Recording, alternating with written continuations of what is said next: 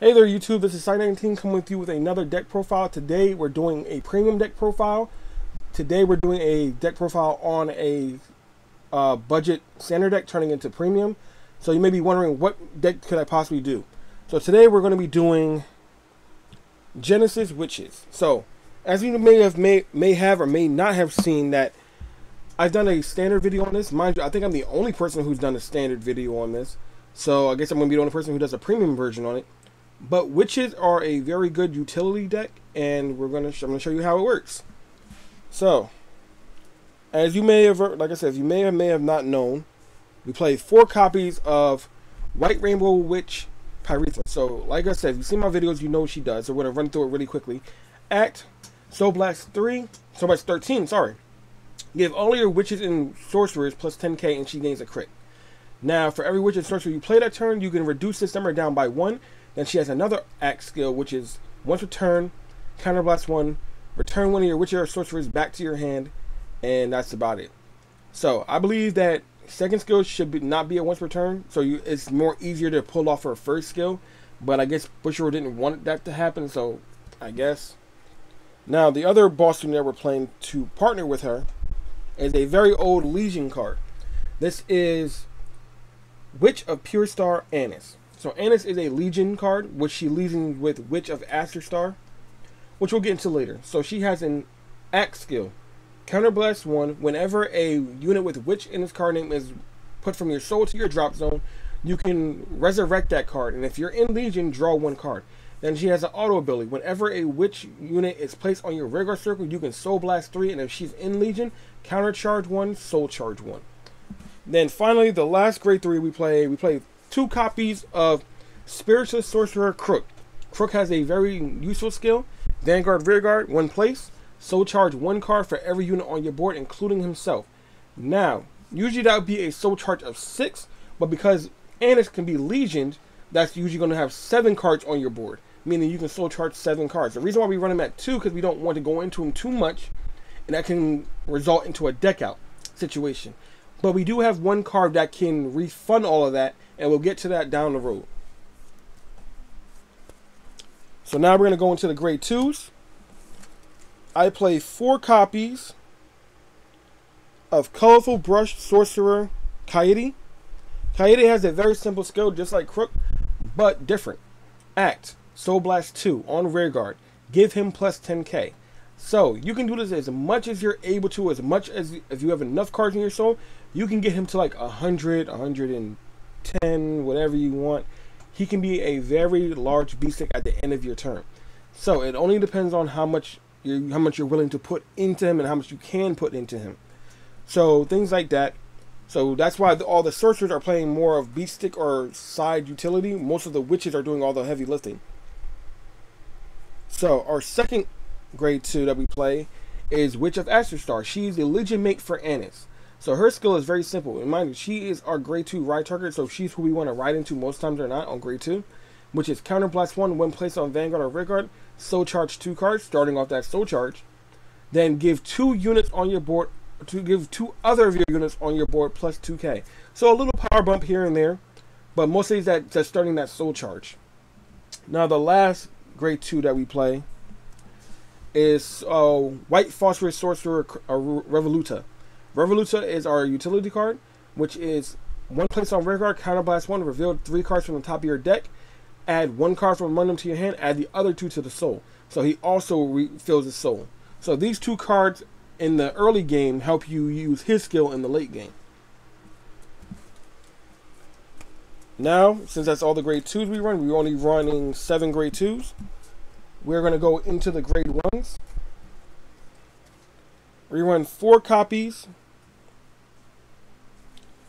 of White Brush Witch Arctic. So there's a lot of white cards in here, if you haven't noticed.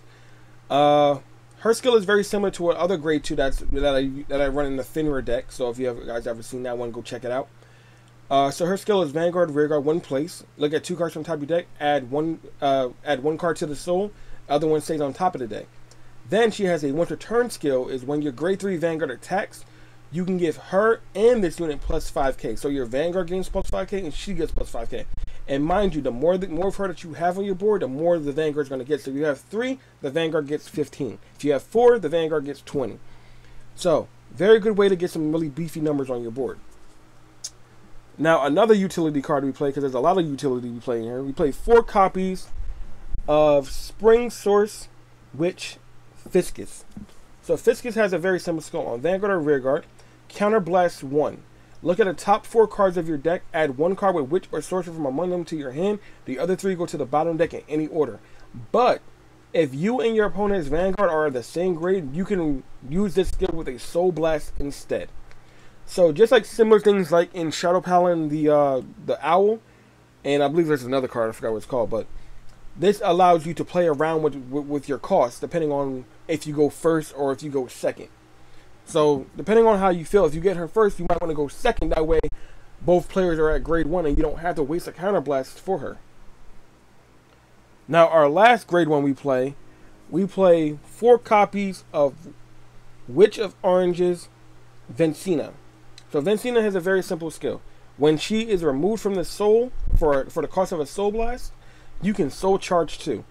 There are a lot of cards in this deck that Soul Blast, and because she can refund, most cards usually Soul Blast 2, she completely refunds that back right into the deck, so it's not like you lost anything whatsoever. Now, if we had a card that allowed us to gain some power every time we Soul Blasted, this would be a very good loop, but we don't have that yet in the Witches. That I don't think.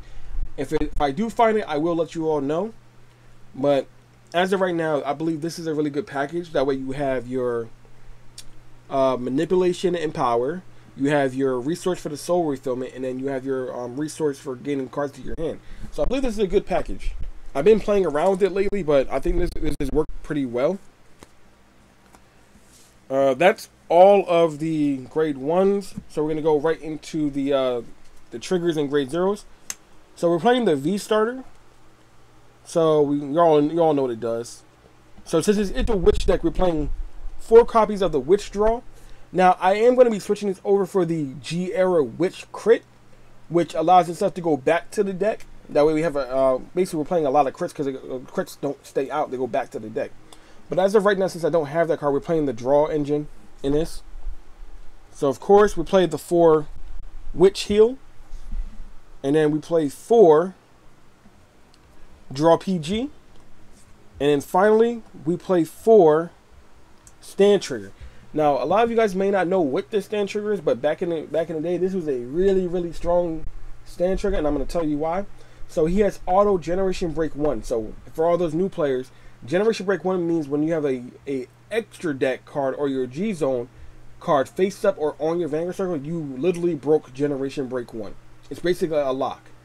But his skill says at the end of your turn, return him to the top of your deck, and then return all your cards from your drop zone to your deck. If 10 or more were returned, draw 1 card. So that's like I said, how Crew can get you into a deck out situation. He says at the end of the turn, that's going to be a no. Return all cards back to the deck. That way you can literally keep doing it over and over and over again. That way you don't run out of cards in your deck and you don't deck yourself out. So that's the package that we're playing for this the triggers. So now we're going to go into our extra deck, or the G Zone. So since this is a Witch deck, we're playing majorly Witch cards. We play 4 copies of Witch Queen of Congregation Naturime. Hard name to pronounce. So Naturime says, once returned, act. Counterblast 1. If you have a heart card with Witch in its card name, choose 2 of your units with Witch in their card names, and those units gain plus 5k and the auto ability. When this unit attacks, Soul Charge 1. Then, if you have 2 or more cards, 2 or more heart cards with Witch in their card name, this unit gains plus 10k and a crit. So a lot of the Witch droids give themselves power and a crit. So for being in Legion, that's why we play the Legion mate. So as the game progresses, you're going to have a full front row of units with crits on them. So dealing a lot of pressure, and they do pass around a good amount of power. So you're going to be able to hit pretty hard. Our next Witch droid we play 4 copies of Witch Queen of Holy Water Clove. Clothes has a similar skill. So as Natsume can counterblast for her crit, Clove soul blasts for her crit. So if you don't have any face up counterblast, you go into Clove. If you don't have enough soul, you go into Natsume. So Clove says, when this unit attacks, soul blast 6. All of your units with which is in their card name gain plus 5k, and this unit gains a critical if your heart cards are in Legion. So she pushes around the plus 5k and gains a crit. So like I said, depending on how the game is going, how your playstyle is going, you can either go into either one of these and pressuring your opponent with a crit. Now, for those who don't know, when you go into Legion during your grade 3 turn, you're not allowed to immediately go into a stride. So you have to wait a turn to go from your Legion turn into a stride turn. But because of the new card that we got in Premium Collection, we don't have to. So for that, we play 2 copies of Hero Deity of Polar Extremities, Marduk. So Marduk says when your Vanguard swings, you can counterblast 1, Soul Blast 6, and immediately go into a stride. Putting him on the Vanguard circle as rest, he gains all the power and critical that your Vanguard got from trigger effects, but that's not really going to play into effect here. It's just the simple fact of the matter that you're able to go into a stride right during the turn that you go into a Legion. So that way you're not losing out on the extra triple drive checks or things that can happen from having triple drives. That's the only reason why we play him. But after we're done with that Legion turn, you're going to go into more one of the other 2 Witch Strides to really close out the game. Now, if you're not able to go into the Witch Strides, that way, if you're not able to go into the Witch Strides or anything else, you can always fall back to Perithra's skill, rewrite her as the Vanguard, and then go Soul Blast 13 and give power and critical and things like that to push for game or push for further in the game. So there's different routes that you can go just to gain to just to get to your end result. So those are all the strides. Now we're going to go into the G Guardians. So we play 1 Witch Queen of Accomplishment, Lori. Lori says when she plays for the ability of a Guardian, flip up a G Guardian from your deck. Choose up to the total of 3 normal units with the same grade and add them to your deck. And if 3 or more were chosen, she gets her shield gets plus 5 for each one that was chosen, basically. Next, we go into Ultimate Regalia of Affection's Erd. Erd says choose 1 grade. Choose 4 units with different grades, so 0, 1, 2, and 3. Add them to your soul. If 2 were added, she gets plus 5k to the shield. If 4 were added, she gets plus 10k to the shield. So if you add 4, you get a total of 15 extra shield. Then we play 2 copies of Goddess of Twirl, Tagout. Weird name. So her skill is a 10k guard shield ability. So you choose one of your rear guards, and then from your drop zone, you find up to 3 cards with the same card name as a unit that you chose on your board. If at least one of them went into the soul, she gains 10k to her shield. And then finally, we play the GOAT, which is Goddess of 7 Colors, Iris. So when placed, you choose 3 units from your drop zone, put them into your soul, and if 3 units went, she gains plus 5k to her shield. So this is the collection of Guardians that we're playing. So you've seen the deck, you've seen the extra deck. So now we're going to go into a bit of a test hand, so you can see how the deck plays out and things like that. So give me a minute to shuffle up here, and then we'll get right to it. So while I have you here, we can talk about this a little bit more in depth. So, like I said before, during the V era, no one really has done any deck profiles on this deck. Now I can see why, compared to all the other Genesis decks that are out there, this is not really one of the strongest ones in Standard, and not by far is it one of the strongest decks in Premium. But it's a good fun contender deck. If played right and carried well through, and you do everything correctly. Basically, this deck can be a very big nuisance to your opponent. Having enough cards in your hand to guard with and things like that, and also pushing for enough power that they have to guard with a lot of cards in their hand. And mind you, by the time you get to a good board, you can threaten your opponent with everything swinging at him with critical. So he has to guard everything. So we're going to show you how we do that. So let's see. That's our first card, second card, third card, fourth card, final card. So this is a really bad hand. So we're going to send 3 cards back and see what we get.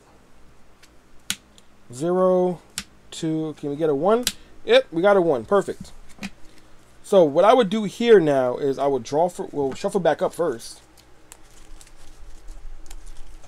Shuffle, shuffle. Cut so you know it's fair. And then draw for turn.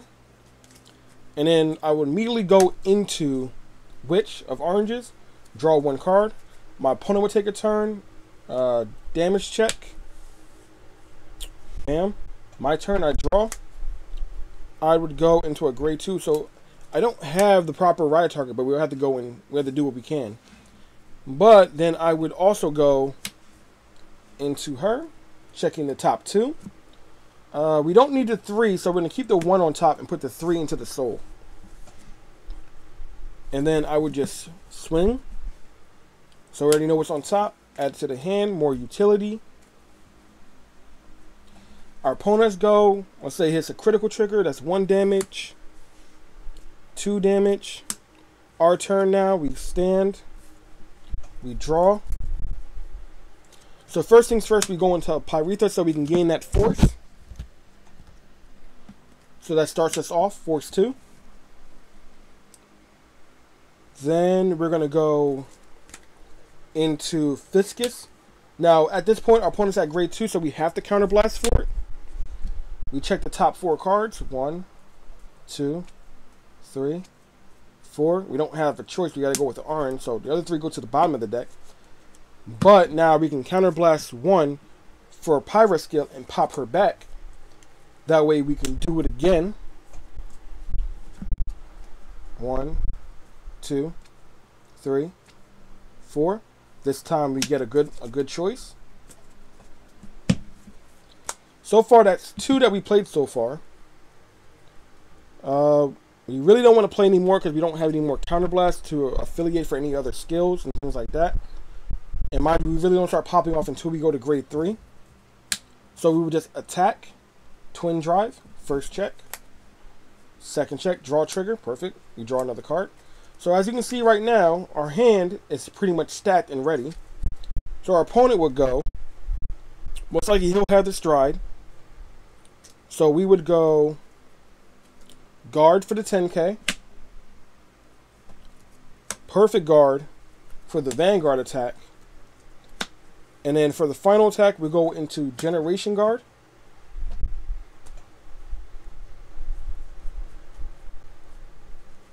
For Iris, throwing back 3 into the soul. That way now we're set up for our next turn. Right? So now it's our turn. We stand. We draw. We're going to ride into Annis. Then we're going to call activate skill. Soul Blasting 2. So we're going to Soul Blast the 2 oranges. He'll gain 10k. Orange skill will go off twice, so we Soul Charge 4 cards. Right? Do the skill again because we can. So that's another orange. Soul Blast. So he gains another plus 10k. We now Soul Charge another 2. Right? Now because both me and my opponent are at grade 3, and because I filled my drop zone, I can now go into Legion. So Legion states I put 4 cards back to my deck and then search my Legion meat.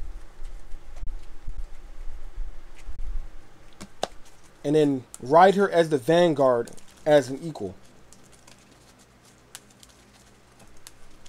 So my board's going to kind of change a little bit. Moving him over. Moving her over. And now we're in Legion.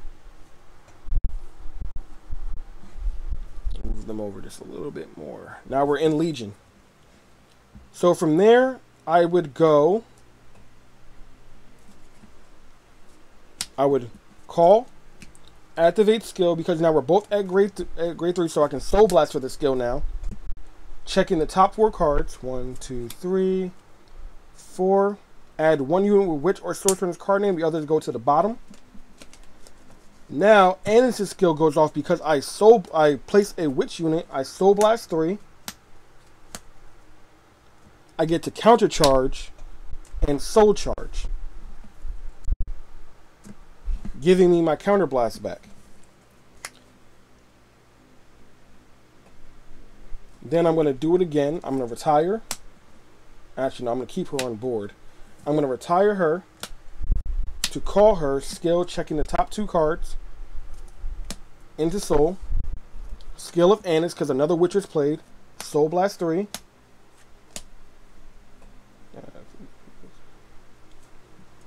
Soul Blasting 3. And then I get to counter charge again and soul charge again. Then Orange's skill goes off with another soul charge of 2, which now leaves me with 1, 2, 3, 4, 5, 6, 7, 8 cards in the soul to work with. So because now I know I have 8 cards in the soul, and then I have the ability to work with a little bit more, I'm going to Soul Blast another 2. Right? Giving him his third plus 10k. Activate skill, which is Counter Blast 1. Revive a unit with witch in his card name that was placed. And then because I did so, I'm in Legion, I get to draw 1 card. Now I'm not going to activate this ability, because I need to keep the cards that are in my soul, which is 1, 2, 3, 4, 5, 6 cards. But what I will do now is I will call Crit. And because now I have 7 units on board, I can soul charge 7 cards. 1, 2, 3, 4, 5, 6, 7. Immediately soul charge all of these.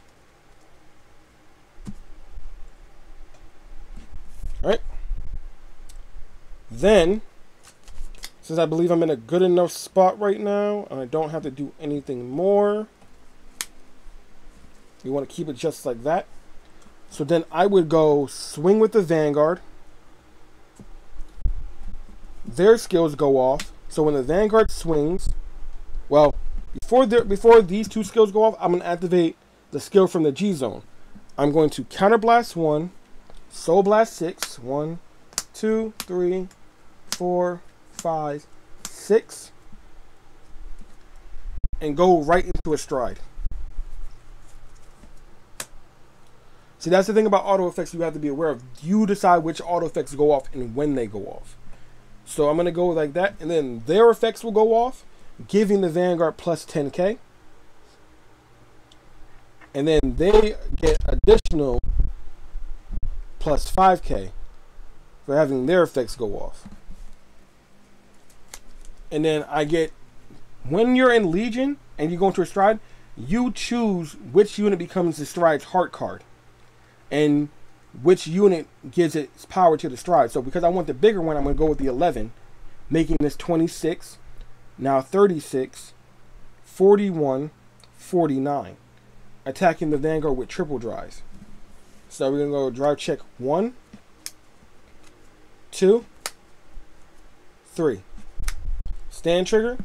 We stand, give plus 5k to another unit. We'll give that to Crook. And then we just swing as normal. Attack and attack. So this is now 10, 20, 30, 40, 48 in the crit. So as you can see, you gain a lot of power. You can push around a lot of things and do things even if you don't immediately go into a stride to set up for your next turns. So when you destride, you stay in Legion. All the power goes away as normal. And then you can proceed with your next turn, the next turn, the next turn. And as you see, your hand is not that small and things like that. Now you may be wondering, our deck is pretty thin, but because we drew into that Dreaming Dragon, our next turn we can survive, do what we need to do, slap down the Dreaming Dragon, and then at the end of the turn throw our entire drop zone back to the deck and draw a card. So you're allowed to do what you want to do because you always know that you have a way to refund everything. So if you guys like this and you think this is a deck that you guys want to play or try out, please do. And then leave me down in the comments and see how it went for you. I've been toying around this a lot, the idea of it a lot, and trying to find the right matchups and things like that to accommodate for all the strengths and weaknesses of the deck. And I think I came up with a pretty good deck in all. If you have any suggestions or you think otherwise, please don't hesitate to let me know. But let's keep it nice and clean and friendly. There's nothing wrong with a good debate, but we don't need to be throwing around words at people. But if you guys liked the deck and you thought it was something that you yourselves would be interested in, please try it. It's very inexpensive. These cards do not cost a lot. That's why it's still budget. But I think it's a really good deck. As you saw from grade 0 all the way up to grade 3 and grade 4, there are things that you can do, ways that you can play around, different routes you can take. But it takes a very good, diligent player to know when to use skills, how to use skills, and in which order to use the skills in. That way you get the most out of all of your turns. So as always, if you liked what you saw, please leave a comment, leave a like, hit that bell so you know when I upload more videos, which a lot more are coming. I have a very special video coming up in May, in middle of May. Please look forward to that. You guys are going to be really surprised. There will be some more overdress, some more premium stuff, maybe some V-Era stuff back when we get V-Era set 3. But until then, this has been Sonic 19, and we'll see you later.